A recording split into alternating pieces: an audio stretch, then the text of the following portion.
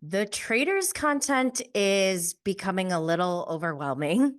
I almost feel like this is as busy as Scanval because of the extra interaction on social media and interviews and things like that, which I will get to on today's episode of Bravo and Blaze with Jenny Blaze. So let's do this.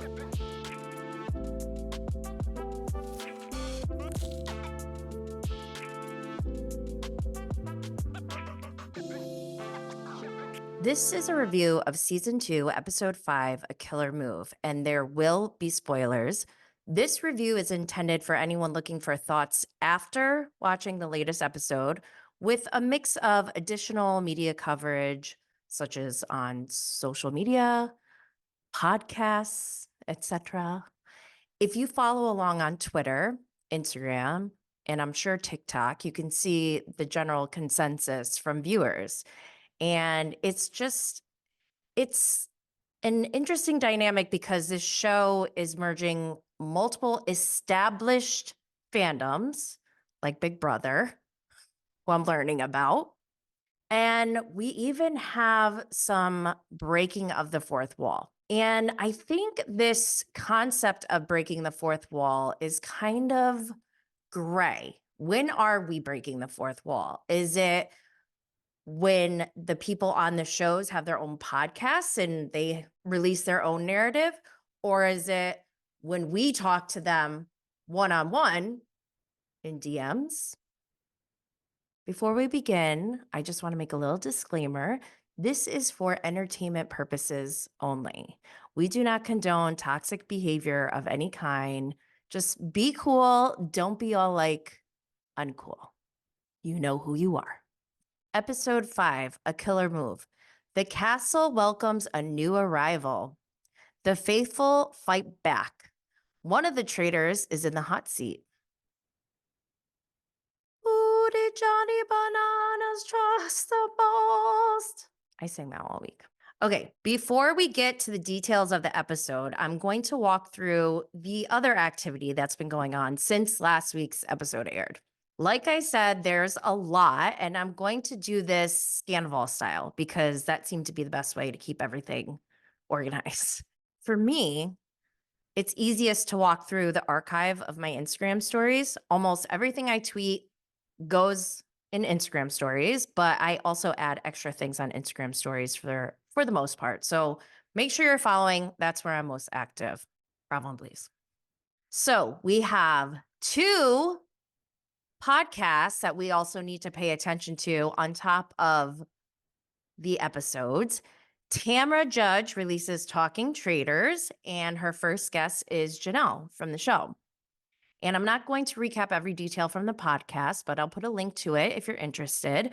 My biggest takeaway after listening, my perception of Janelle changed a lot after listening to the podcast. If I didn't listen to that episode, I probably would have looked at last night's episode completely different.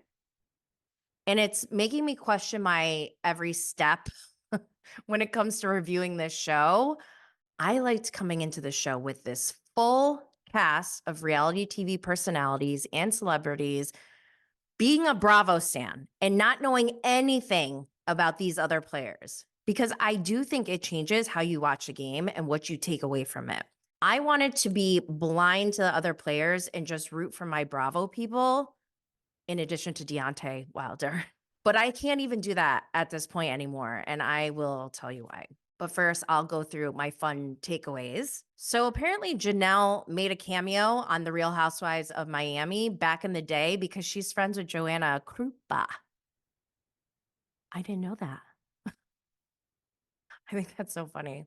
Another thing about Janelle that I didn't know is that she trusted Phaedra with her life during this game because she was a fan, essentially. And I think that's so funny. And that just goes to show that this seasoned gamer, that's the part that's funny, that she's been like talking so much smack about the housewives not having any skill or having any strategy. And here she is letting her guard down to a traitor simply because she's a fan. And I think that's so funny, but also like relatable. And I think that's why I kind of changed my mind about Janelle. Also, I knew that Janelle went home because of Dan, but I don't, like I said, I never watched those shows and I wanted to keep it that way. But now it's kind of like I can't avoid it. So I didn't watch Big Brother, but it seems like Dan really betrayed Janelle at one point. And if I knew that going into this game, if I was an actual player, I would definitely do all my homework on everyone. So if I was a player and I did my homework and I knew that about Dan and Janelle, that would definitely be something in the back of my mind. Like, let's not forget about the dynamics between these two. Tamara's so funny. So Tamara, she gave a lot of behind the scenes. Tamara mentioned how her phone was taken from her. They searched her luggage. They even smelled her shampoo. Like, that's kind of intense. Whenever she would ask what day or time it was, nobody knew. Nobody knew. She asked a producer and they were like, I don't know.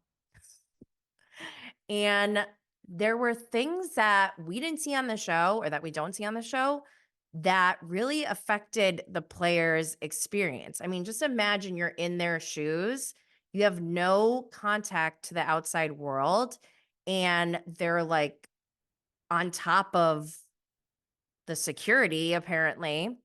Before each round table, they would play like a Hunger Games song and have the camera go around to get like B-roll shots, I'm assuming. And Tamara said it like really affected her. She even, after filming was done, she even would play that song every now and then, which I don't know if that's really true, but it sounds very intense. And just watching like Bergie last night, he's like in, things are getting intense. What else did Tamara tell us? Tamara told us that she knew it was Dan because of Alan's jacket. She heard Alan's jacket move, which I don't know if she's just being funny because Larsa said that, but I want to know if she did know that it was Dan, why didn't she say something sooner? Also, Tamara mentioned a Variety article that came out that said The Traitors is Peacock's most watched reality premiere. And the ratings are up 75% from season one. Season one won an Emmy. Also, just as a side note, this data was collected from just the first 5 days of streaming. And this show beat out Real Housewives Ultimate Girls Trip, Love Island US, Love Island Games, and Queen's Court. Also, when Tamara mentioned that when she found out she was going to be on the show, she reached out to Kate Chastain, who was on season one, and asked her what to expect. And Kate said it was like prison, which I think is so funny because she comes back. Okay, Johnny Bananas. Johnny Bananas is another one who has a podcast called Death, Taxes, and Bananas. He's had an interview with Marcus Jordan and with Ekin-Su. Lord, not Ekin-Su. And some of my biggest takeaways from his podcast was he pointed out how intense the Big Brother fandom was. And we'll get to that in a second. But the funniest thing I ever heard, like I could not stop laughing when I heard this. And I think I rewound it a few times. Apparently, the first day, Marcus and Johnny were in the same car together with like Larsa and maybe MJ. And they were just kind of like, hanging out, getting to know each other. Johnny did not know who Marcus Jordan was. So apparently, like Marcus made a comment about sneakers or whatever, and Johnny goes, "Oh, you like sneakers? You're into sneakers? I have a guy who can hook you up with some Jordans," not knowing that this is Michael Jordan's son.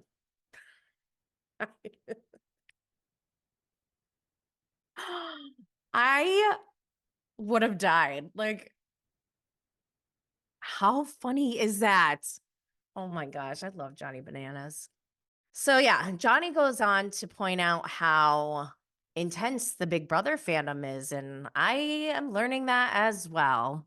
And let me tell you, I'll give you hard proof. I was sensing it after my last episode and my social media posts. I mean, I was going hard, but I also like if you know me and my content, I am never wishing harm on anyone. And like, I don't actually hate anyone. I don't know these people. I'm watching a TV show. This is a game.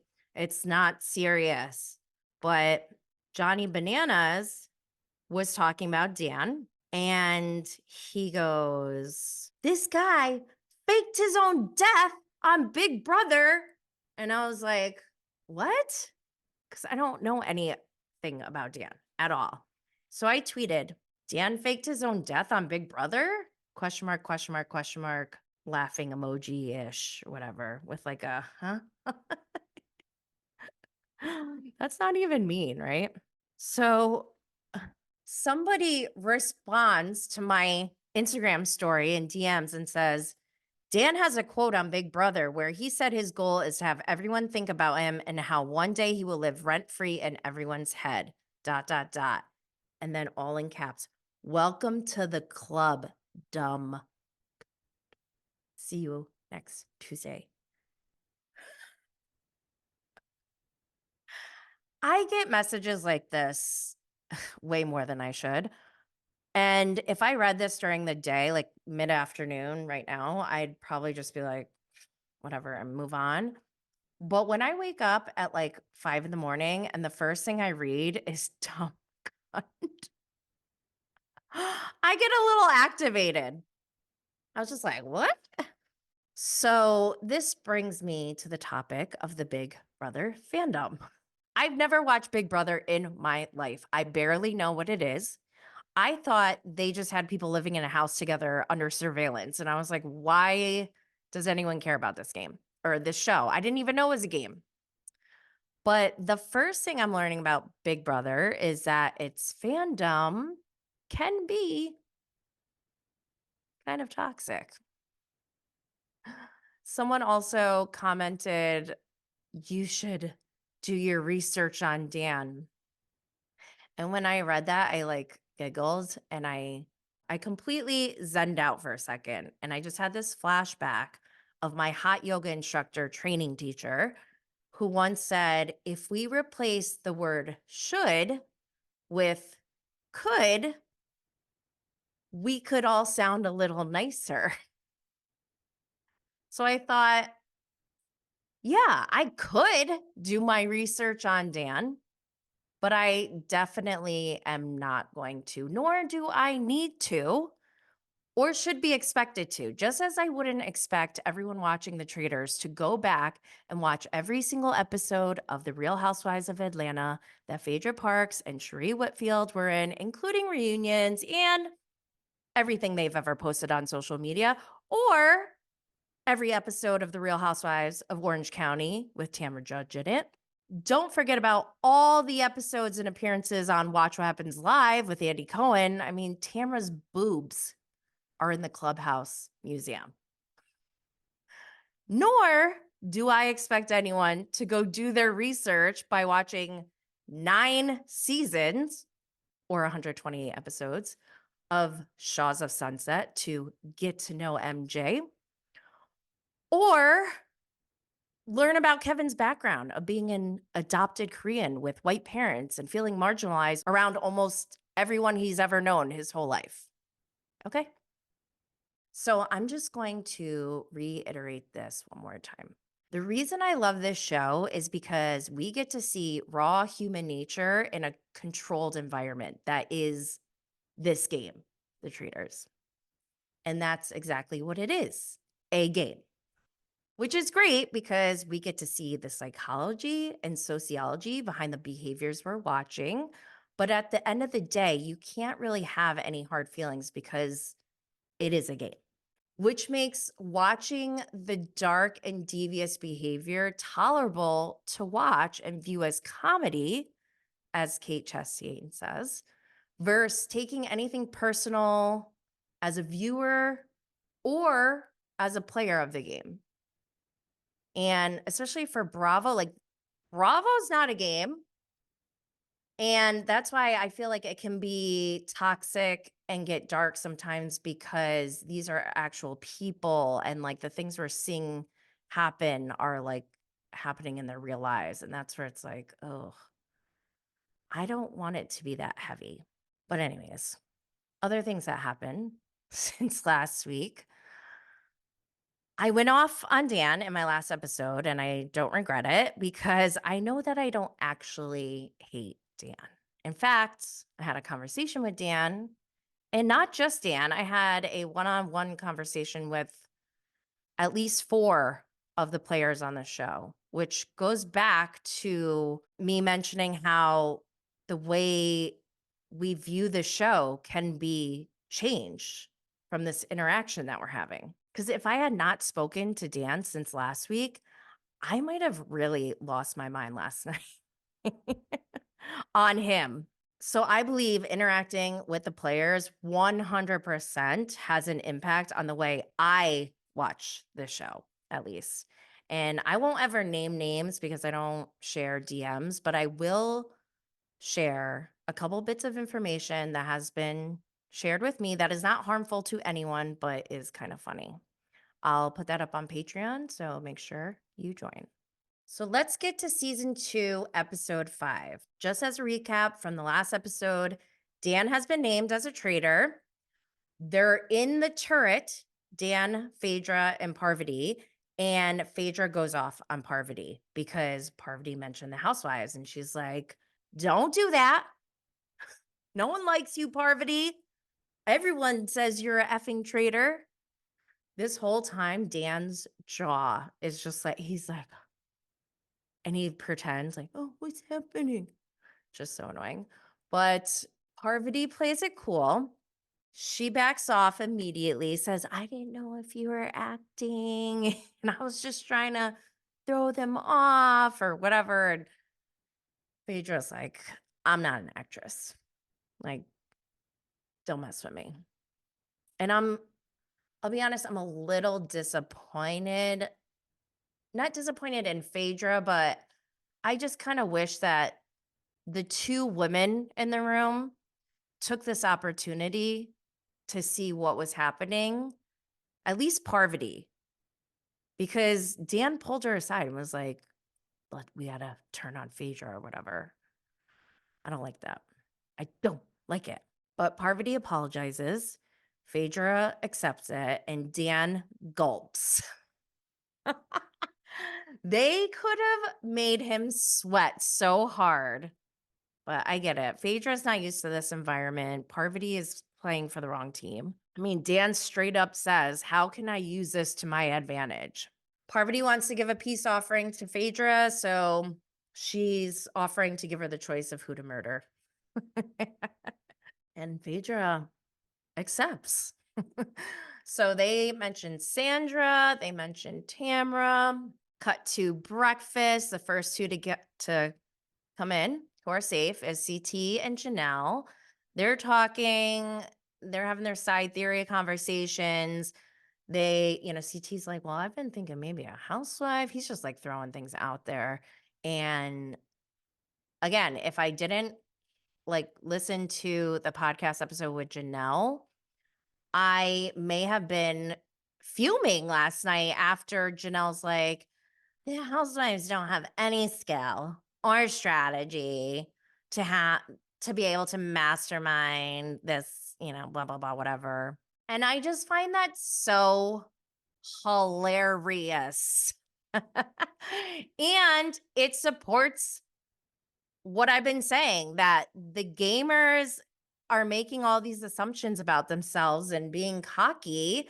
And it's just like, meanwhile, after listening to the podcast episode, we know that Janelle is dead set that Phaedra is a faithful.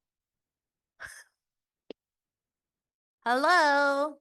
Oh my God, she's getting played. Janelle. She means well. She's very passionate. And I do appreciate all the effort that Janelle has put in to this game. So next we get Peter, we get John, we have Kevin coming in, Bergie, Bergalicious, Parvati, Sheree, Dan, MJ, Trishelle comes in, which another thing on Talking Traitors, they mentioned Trishelle and they're like, she's a good gamer. And I'm like, what? What are you talking about? I don't know Trishelle as a gamer. I didn't watch the challenge. So when they said that, I'm like, what are they talking about? But I saw it last night in last night's episode, and I like Trishelle now. Isn't that beautiful? So we see Sandra and Phaedra come in.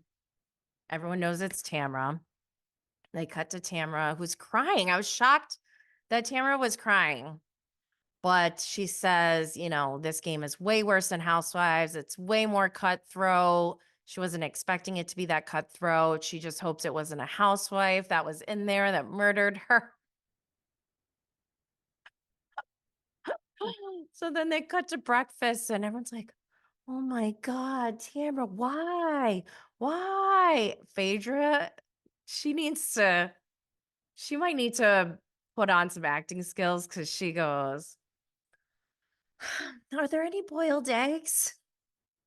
I literally made boiled eggs this morning because of Phaedra. So funny. She even asked twice for boiled eggs. So we have Alan come in. He tells everyone, or one of the lines he gives is, a real housewife lost her real house life. Is there life after reality competition show death? Alan also mentions he has a treat for them. And we find out later it's Kate Chastain returning as a secret player. I was not expecting that at all. I knew Kate was going to make an appearance, but I, for some reason, was thinking it was going to be like a cameo they had on House of Villains, where they just had these like random cameos that didn't really do much. And then they just kind of left. And I was like, why are they here? But this is a great surprise. Ugh, I love it. Kate is so good. So at breakfast, CT asked Dan straight up, who do you think it is? And Dan will not throw out a name. I'm sorry, but his game is not that great. Everyone's like, he's still chicken. Dude, you are acting like the biggest traitor. Oh, it's so funny because he was like, I don't want to throw out a name and blah, blah, blah. And he gives this like lame excuse. Janelle, Peter, and John all turn to each other. They're like, he's a traitor. Dan's definitely a traitor. He's a traitor. That would have been hilarious. They're like, you're a traitor. That might be a good strategy for any future players. Just go in and act wild. Like, it's you. You're the traitor. So this is where after breakfast, you have people starting to mingle around and theories get thrown out there. Kevin immediately goes to CT and Dan, and he wants to throw out Janelle. And his rationale is not awful.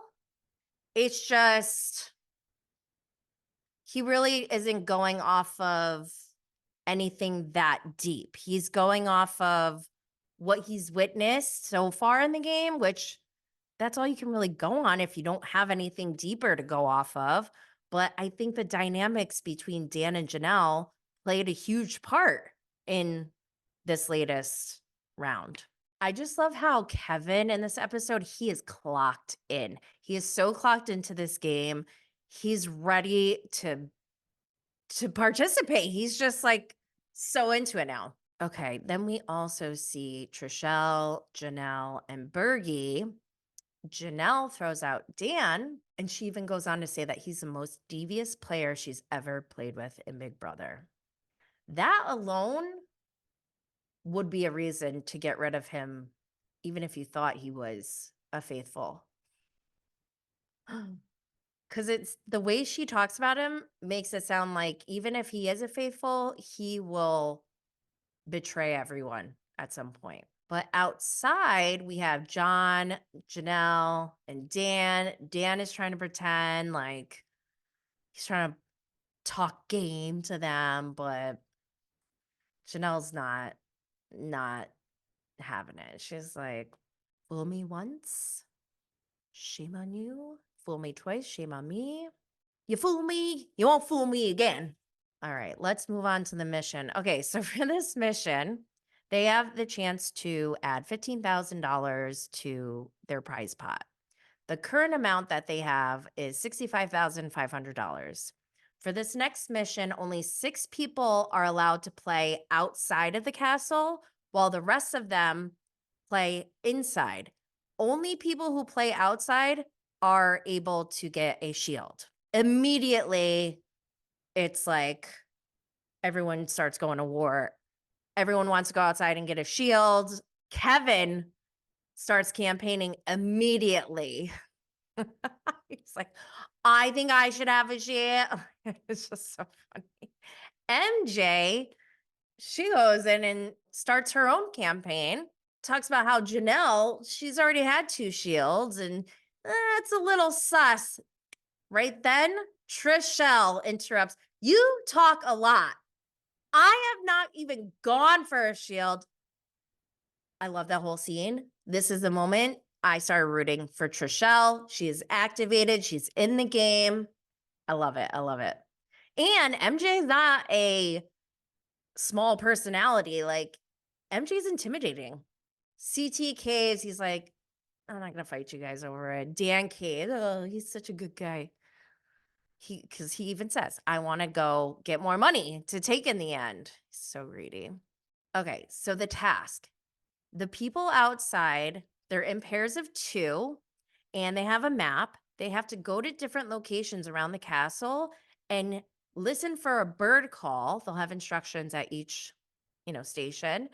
They have to use a walkie-talkie or radio to tell the people in the castle what the bird call sounds like, and then the people inside have to go find the right bird that makes the right sound and bring it to Alan. Oh, this game is so funny. So the outside players, the 6 people are Kevin and Cherie. They're a team. They're the most hilarious team. We also have Bergie and Trishelle. We also have Peter and Janelle. And everyone wants to go for a shield, obviously. But Kevin and Cherie, like, they don't know how to read a map. So they're just like, oh my God, it's painful to watch them, but also so cute. Bergie and Trishelle were on top of it. They got their first bird, and I didn't understand the instructions that Alan gave. I thought like they were just gonna like go to a spot and hear a bird. I didn't know if it was a real bird or like a fake bird. They push a button. I don't know, but they had to like actually do things like flap their arms and like pop their head to get the sound to play, and then they would have to go on the radio and do the sound. I think that was the first one.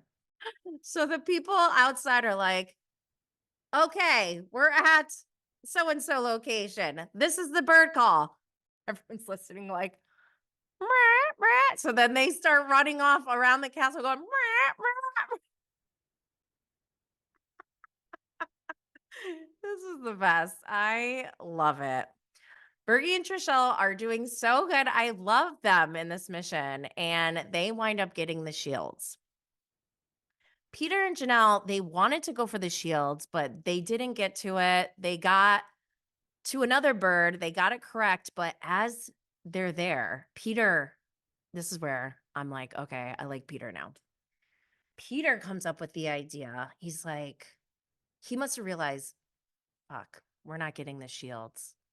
But the people inside aren't going to know who did get the shields.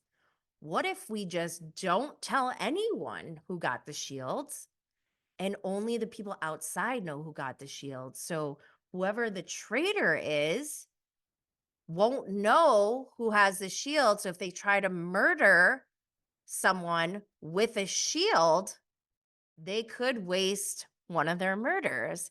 And Peter also comes up with the great idea of planting false information, saying that him and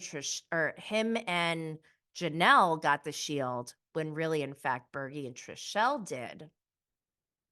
Because Peter points out, he goes, I think they're gonna go for Bergie to kill next.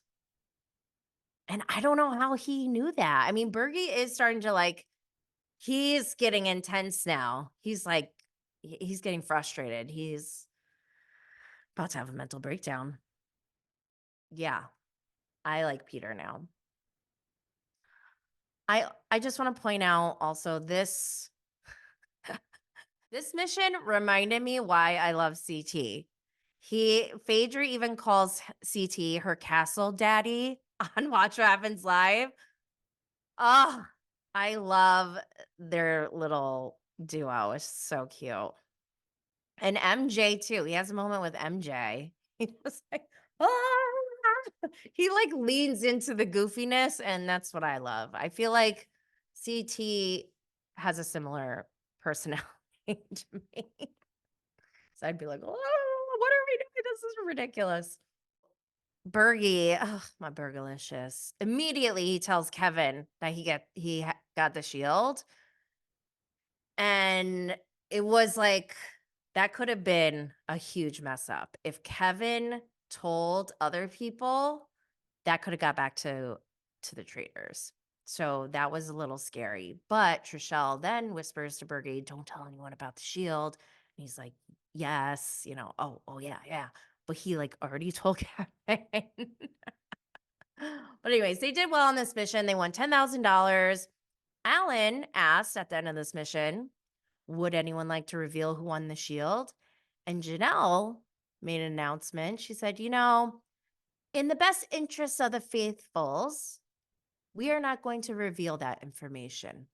And Phaedra's face is so funny. Dan is gunning for Janelle because he knows that she knows. So it's side theory time. They're inside the house or in front of the board. Janelle wants to talk about who they think is a traitor. Kevin doesn't think Dan is a traitor and wants to go for Janelle. MJ suspects Dan, but is wondering if Janelle is. MJ goes and tells Dan that Janelle's gunning for Dan. That was rough to watch. Dan tells Parvati that Janelle's going after him. So Parvati says they have to get Janelle. And I'm so annoyed at this point because I'm like, if I was a traitor, if I was Phaedra and Parvati and Dan's name is getting brought up, I'd be like, oh, looks like you're the first traitor to go. Instead, they're trying to save him. He would never save them. Oh, they're too good. They're good traitors. That's the problem. They're not backstabbing enough, I guess. But whatever. I hate Dan. Just kidding. Don't hate Dan. But Parvati, why do you have to save him? Don't you see that you have a leg up on him? Ugh, so annoying. So next we have Kate Chastain makes her entrance. She is a secret player. I have chills all down my body when she walks in. She's just, let's go to the round table. So we're at the round table. Kate joins, and Alan tells them she could be a faithful or a traitor. Imagine if they all voted Kate out. The first banishment. That'd be hilarious, actually. But Kate is so funny. She's like, all right, tell me everything. Who do we hate? And Kevin, again, he's clocked in. He's like, I just want to go ahead and get what I want to say out since people here like to talk over others. He right away, just his tone is he's aggravated. And he just is bold. He brings up Janelle, says her name keeps getting brought up. And Bergie steps in and is like, he points out, Janelle's not a traitor. Janelle then has to defend herself. And she's like, I think Dan is a traitor. He doesn't talk. He won't even say a name, blah, blah, blah.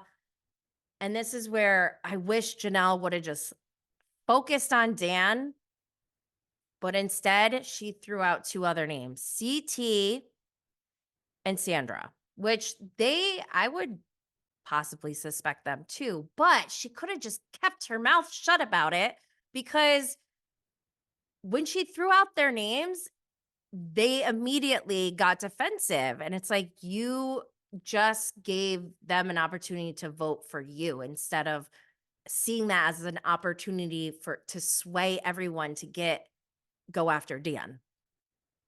So that was rough. That was rough. And Dan is smiling. Ugh, makes me so mad. John steps in. He's supporting Janelle. And then John throws out Kevin as a traitor because of his inconsistent behavior. Kevin. When Kevin hears his own name, he, I think, gets even more aggravated. And Kate's like talking to, I think, Sandra next to her. She's like, "Ps, ps, ps," and he's like, "Excuse me, Kate, I'm talking." Like, Kevin was on one and I loved it. He's like, "No, you were not listening." Like, whoa, settle down. Kate always gets it. Don't forget, the most hilarious thing from season 1 on the Traitors was when Michael, the most unhinged normie, the second mission, somebody's buried alive and they have to like go find this person so they can like dig them up. That's like insane. And you would think like, let's go get this person out of the ground. They're buried alive. Instead, unhinged normie Michael is like, "Kate, I think it's Geraldine." She's like, "What?"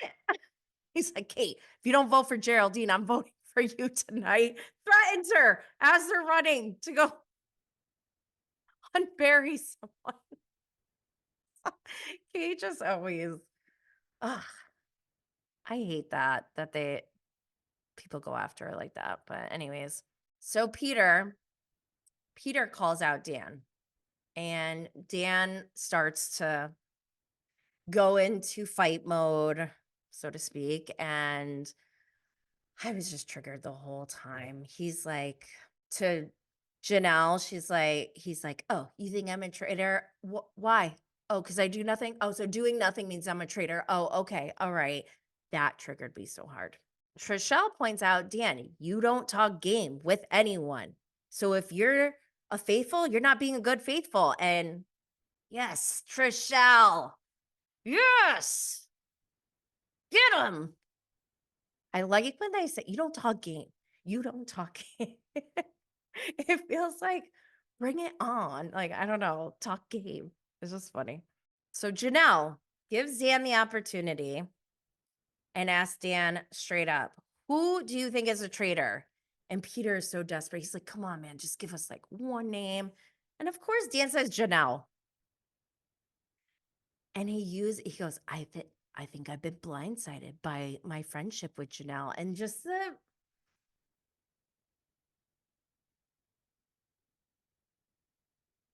it's not Dan. It's what Dan represents in this world that triggers me. Okay. So we're in voting. Phaedra votes Janelle, obviously. Sandra votes Janelle. And Janelle is pissed. She's like, "Yeah, you would, because you're a traitor." And Sandra just takes her drink slowly and starts sipping. She goes, "Yeah, you thirsty? Because you're a traitor?" "Yeah, take a sip of water. You must be nervous." She's like, "No, really, I'm just thirsty." And they start going at it to the point where Janelle's like, "You're a traitor, bitch."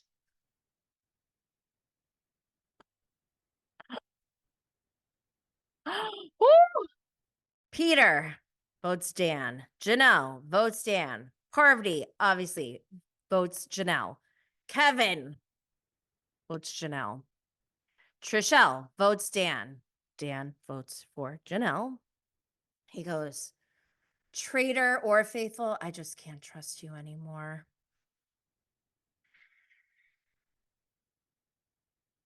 CT votes Janelle. See, that vote right there could have been towards Dan if she swayed him, but she said his name. Ugh. Sheree votes Janelle.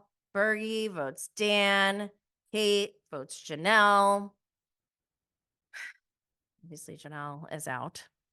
She goes in the circle of truth. Dan is smiling. I would be looking at everyone's faces. If I was a faithful, if I knew Janelle was a faithful, I'd be looking at everybody's face around the table to see what their reaction is when she says it.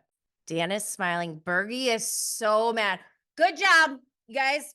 Trust in the traitors. Good job. He's so mad. Trishelle's crying. Shree's justifying. I think Shree's over it. Kevin has no reaction. I think he feels like he fucked up big time. Peter's pissed. MJ and Kevin try to take responsibility. Bergie wants revenge. Bergalicious wants vengeance. He doesn't care. And I love this because they don't know that Bergie has a shield. So this is actually a really good move for Bergie. He's probably not thinking strategically like this, but for like he should go in and raise a ruckus because then the traitors are gonna be like, oh shoot, we need to get rid of him. Not knowing that he has a shield. And Peter went and planted false information about him having the shield, him and Janelle. Let's talk about the shield for a second. So I didn't realize the shield was only to protect a faithful from a murder. Like I thought the traitors would always know who had a shield. I didn't know that it could be unknown. So this is a pretty good spin. Good job, Peter. I'm sorry, but again, this is not personal to Dan, but Dan is a piece of shit. POS. Although he did say the round table was harder than anything he's ever done on reality TV. So whatever. Bergie is so upset. He's like, Dan, come on. Just give us something. He's like begging, like, give us something. So this is the first time Kate is hanging out to hear side theories from people, and it's just laughing. Parvati's going around, does anyone want wine? Kate calls it out immediately. Is like, I'm not taking any wine from Parvati because Phaedra and Sheree and a couple others are like catching Kate up on Ekin-Su and how she died. Lord, not Ekin-Su. Ah. So Peter, at this point, he tells his secret to Bergie, who we know has a shield. John, he's taking a risk with John, and Kevin. This actually was a good move to tell Kevin after the round table, I think.